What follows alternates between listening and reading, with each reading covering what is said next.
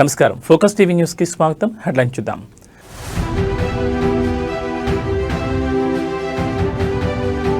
పేదల సేవలో కార్యక్రమంలో అందరూ పాల్గొనాలి. టీడీపీ నేతలకు సీఎం చంద్రబాబు సూచన.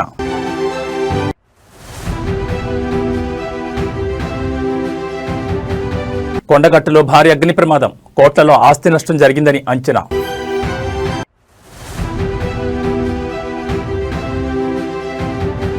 తమిళనాడుపై దిత్వా తుఫాన్ పంజా, దక్షిణ కోస్తా పుదుచ్చేరికి రెడ్ అలర్ట్.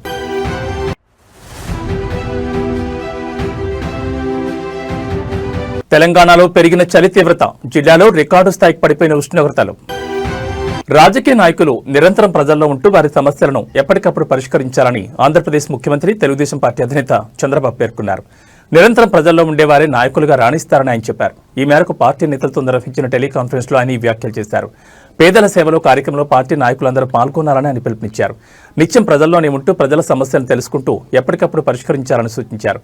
పింఛన్ల పంపిణీని పేదల సేవగా భావించాలని నేతలకు తెలిపారు. పేదల సేవలో కార్యక్రమంలో నాయకుల భాగస్వామ్యం ప్రస్తుతం 25,000కు చేరిందని చంద్రబాబు వెల్లడించారు.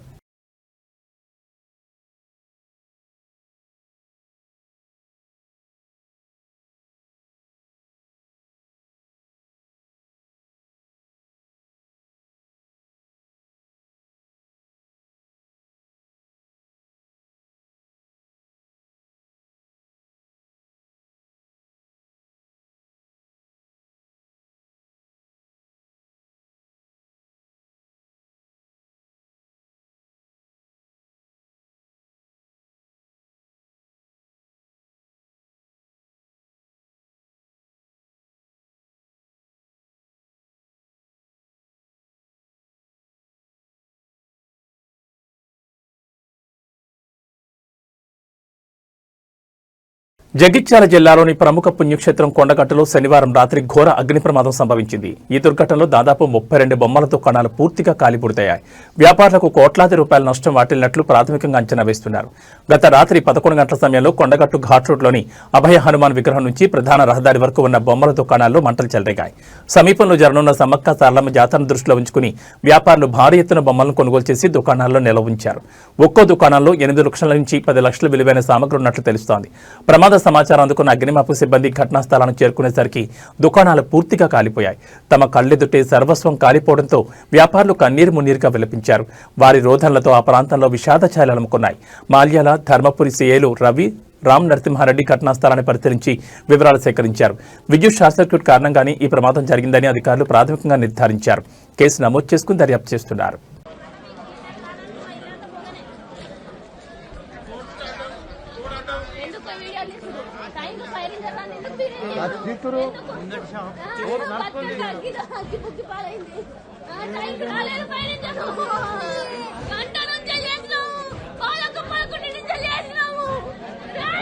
మొత్తం ఘోరం అన్నా. ఏంటంటే ఈ వచ్చే వరకు మేము ఆపినా కానీ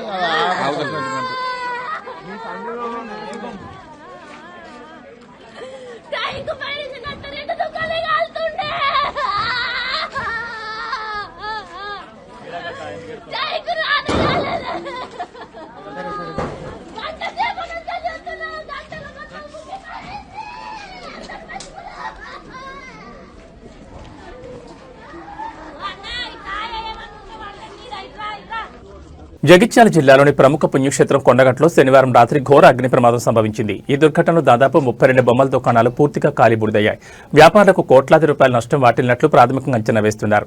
గత రాత్రి 11 గంటల సమయంలో కొండగట్టు ఘాట్ రోడ్లోని అభయ హనుమాన్ విగ్రహం నుంచి ప్రధాన రహదారి వరకు ఉన్న బొమ్మల దుకాణాల్లో మంటలు చెలరేగాయి. సమీపంలో జరగనున్న సమ్మక్క సారలమ్మ జాతరను దృష్టిలో ఉంచుకుని వ్యాపారులు భారీ ఎత్తున బొమ్మలు కొనుగోలు చేసి దుకాణాల్లో నిల్వ ఉంచారు. ఒక్కో దుకాణంలో 8 లక్షల నుంచి 10 లక్షల విలువైన సామగ్రి ఉన్నట్లు తెలుస్తోంది. ప్రమాద సమాచారం అందుకున్న అగ్నిమాపక సిబ్బంది ఘటనా స్థలానికి చేరుకునేసరికి దుకాణాలు పూర్తిగా కాలిపోయాయి. తమ కళ్ళెదుటే సర్వస్వం కాలిపోవడంతో వ్యాపారులు కన్నీరు మున్నీరుగా విలపించారు. ప్రమాదంలో షాపులు పూర్తిగా కాలిపోవడంతో తాము అన్ని కోల్పోయామని బాధితులు కన్నీరు మున్నీరయ్యారు. జీవితంలో మళ్లీ ఎలా నిలదొక్కుకోవాలో తెలియక తమ పరిస్థితిని చూసి వారు బోరుమన్నారు. ఈ ఘటనపై అధికారులు తక్షణమే స్పందించి నష్టపోయిన బాధితులను ఆదుకోవాలని, అలాగే అగ్నిమాపక శాఖ పనితీరుపై విచారణ జరిపించాలని స్థానికులు డిమాండ్ చేస్తున్నారు.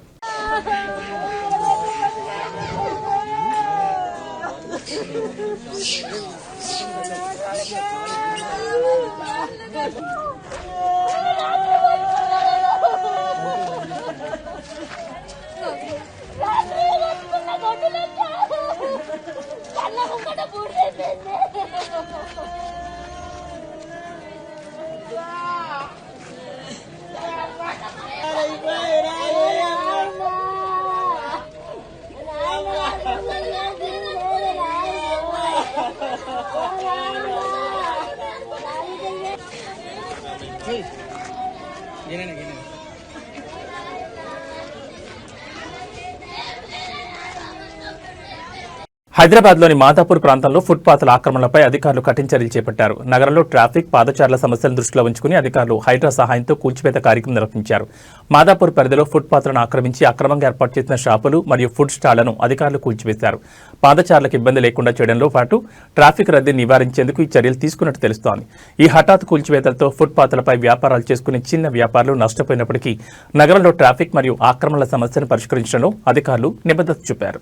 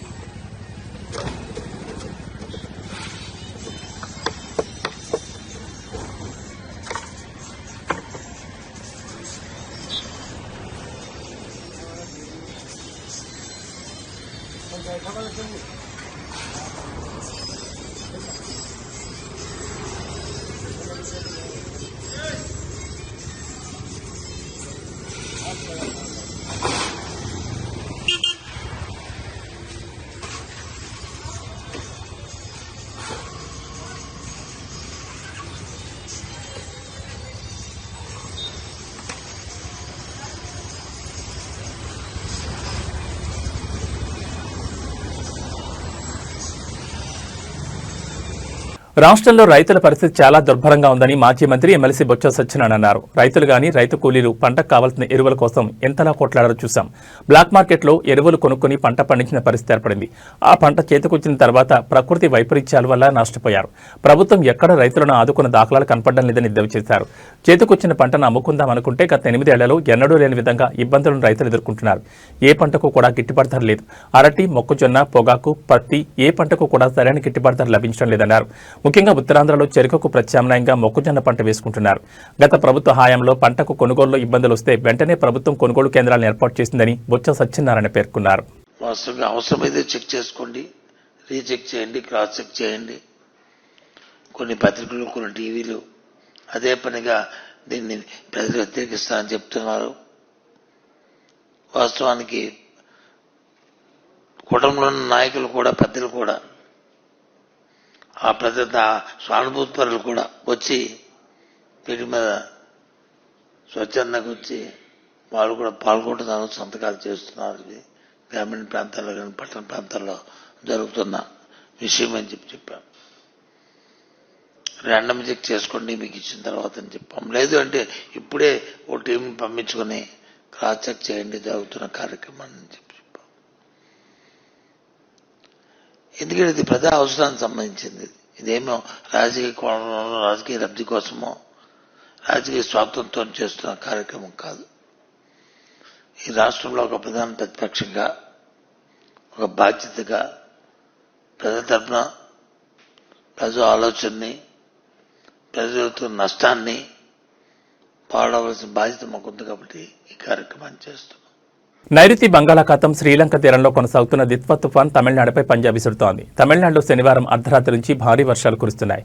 చెన్నై, చెంగల్పట్టు, కాంచీపురం, తిరువళ్లూరు, కడలూరు, మైలాడుతురై, నాగపట్నం, రాఘనాథపురం, తంజావూరు, తిరువారూరు, కోయంబత్తూరులో కుండపోత వర్షాలు పడుతున్నాయి. భారీ వర్షాలతో చెన్నై ఇంటర్నేషనల్ ఎయిర్పోర్ట్లో 62కు పైగా విమాన సర్వీసులు రద్దయ్యాయి.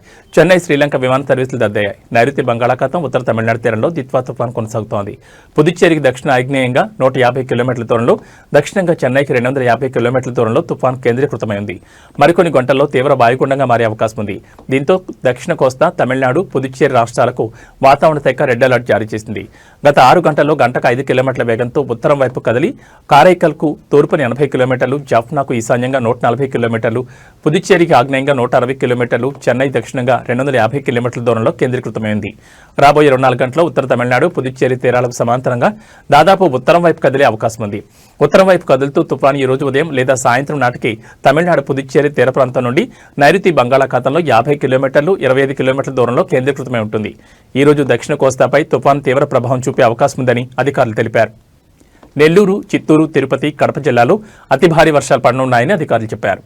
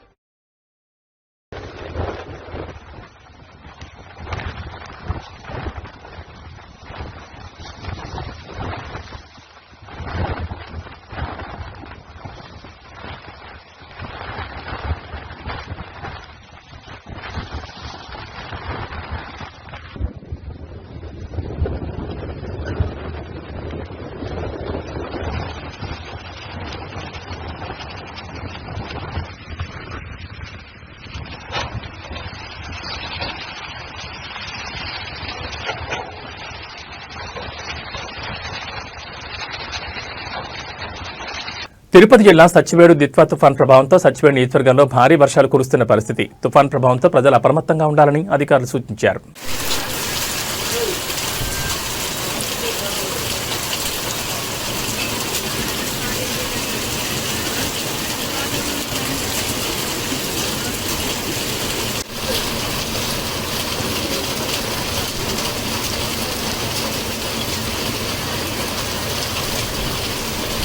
తెలంగాణ రాష్ట్రంలో గడిచిన 4 రోజుల్లో మరోసారి చలి తీవ్రత గణనీయంగా పెరిగింది. వాతావరణ శాఖ ప్రకారం ఈ రోజు ఉదయం మెదక్ నగరంలో అత్యల్పంగా 10 డిగ్రీల సెల్సియస్ ఉష్ణోగ్రత నమోదు కాగా, పటాన్ చెరువు, హనుమకొండ, రామగుండం, నిజామాబాద్, హైదరాబాద్లలో కూడా సాధారణం కంటే తక్కువ ఉష్ణోగ్రతలు నమోదయ్యాయి.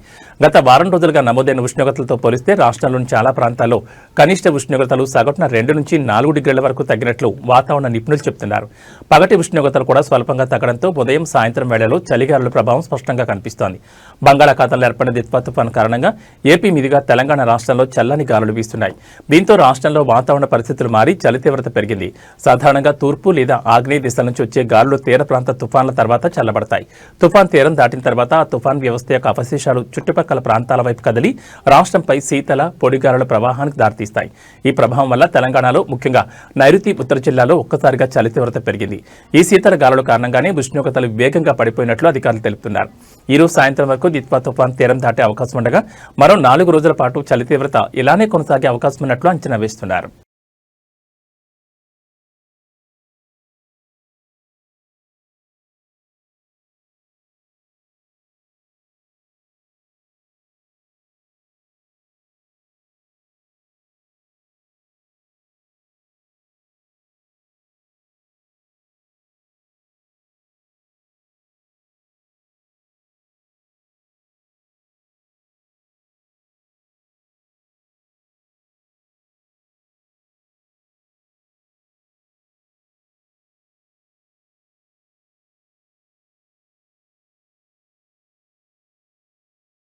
తిరుమల శ్రీవారి దర్శనానికి భక్తులు పోటెత్తారు. వారాంతం కావడంతో కొండపై భక్తుల రద్దీ కొనసాగుతోంది. దిత్వా తుఫాన్ ప్రభావంతో తిరుమలలో వర్షాలు కురుస్తున్నా చలిని సైతం లెక్క చేయకుండా భక్తులు స్వామివారి దర్శనం కోసం బారులు తీరారు.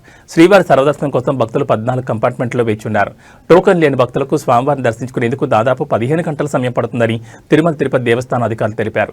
నిన్న ఒక్కరోజే 79,791 మంది భక్తులు శ్రీవారిని దర్శించుకున్నారు. భక్తులు సమర్పించిన కానుకల ద్వారా హుండీ ఆదాయం 3.73 కోట్లుగా నమోదైందని టీటీడీ వెల్లడించింది. తుఫాను కారణంగా కురుస్తున్న వర్షాలు, చల్లని వాతావరణం ఉన్నప్పటికీ భక్తుల విశ్వాసం ముందు ఇవేవి అడ్డంకిగా నిలవలేదు. గోవింద నామస్మరణతో క్యూలైన్లలో ఓపికగా నిరీక్షిస్తూ భక్తులు తమ భక్తిని చాటుకుంటున్నారు. భక్తుల రద్దీకి అనుగుణంగా టీటీడీ అధికారులు ఏర్పాట్లు చేస్తున్నారు.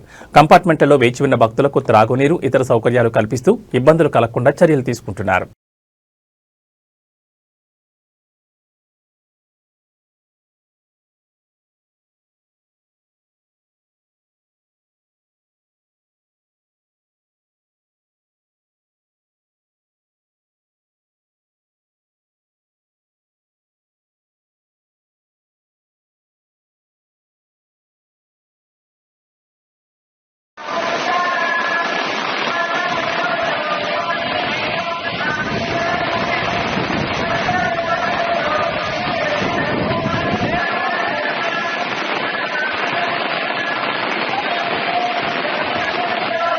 लगे पीछे जाना బిల్డింగ్ కాడ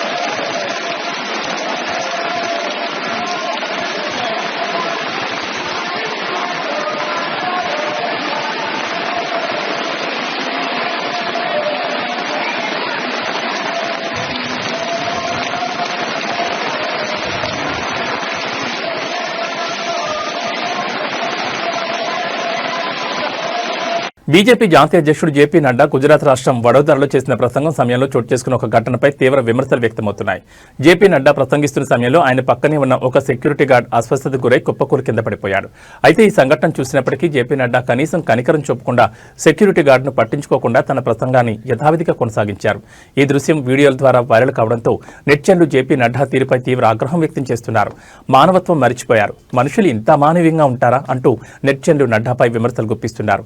కనీసం తన సెక్యూరిటీ సిబ్బంది ఆరోగ్య పరిస్థితిని పట్టించుకోకుండా రాజకీయ ప్రసంగానికి ప్రాధాన్యం ఇవ్వడం పట్ల ప్రజలు తీవ్ర అసంతృప్తిని వ్యక్తం చేస్తున్నారు.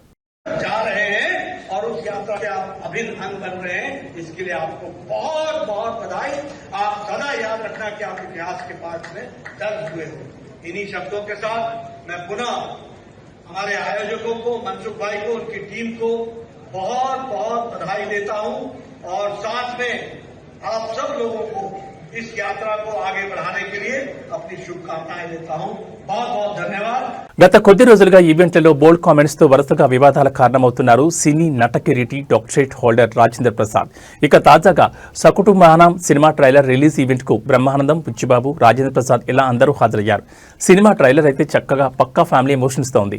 కానీ ఈవెంట్ లో రాజేంద్ర ప్రసాద్ చేసిన కామెంట్లు మాత్రం చర్చకు దారితీస్తున్నాయి. ముందుగా బ్రహ్మానందం మాట్లాడిన వెంటనే స్టేజ్ మీదే ముసలి ఉండా కొడక అని ఒక్కసారిగా జోక్ పేరిట పేల్చేశారు రాజేంద్ర ప్రసాద్. ఆ కొన్నవాళ్ళు ఒక్కసారిగా కాసేపు షాక్ అయ్యారు. బ్రహ్మానందం కూడా అతని వైపు తిరిగి ఎవరు అన్నట్లు అడిగారు. రాజేంద్ర ప్రసాద్ వెంటనే నేనే అని నవ్వుతూ మాట మార్చేశారు. కానీ అప్పటికే వీడియో రికార్డ్ అయిపోయింది. సోషల్ మీడియాలో ఈ వీడియో ప్రస్తుతం ఫుల్ వైరల్ అవుతోంది. శ్రీ డాక్టర్ బ్రహ్మానందం గారు మాట్లాడిన తర్వాత నాలాంటి వాళ్ళు మాట్లాడటం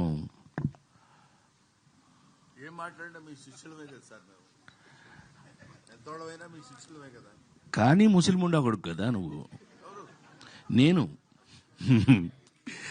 ఏది ఏమైనా ఇవి ఈ బులెటిన్ విశేషాలు. మరో బులెటిన్లో మళ్ళీ కలుసుకుందాం. నమస్కారం.